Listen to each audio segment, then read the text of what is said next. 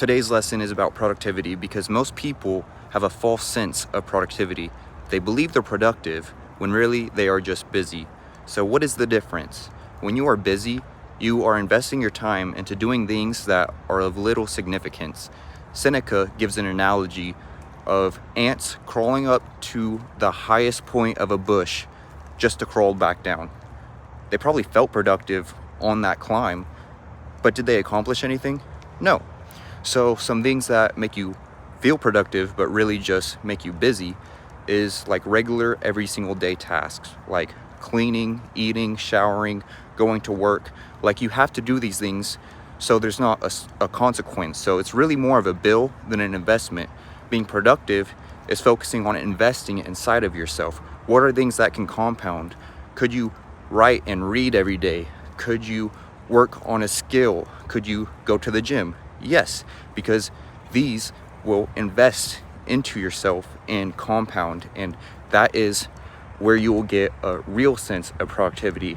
And whenever you have a real sense of productivity, your self-esteem, your self-confidence skyrockets. It goes absolutely crazy. The more you accomplished of significance, the better you feel.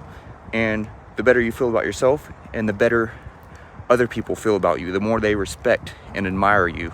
And then the same thing goes for yourself. So it just overall skyrockets your life, your quality of life.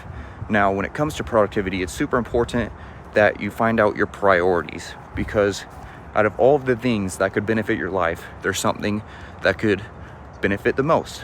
Brian Tracy talks about this 80-20 rule, where 20% of the things you do account for 80% of the value in return to your life. So what is the number one thing that you could do that will give you the best return if you complete it today? That is your priority.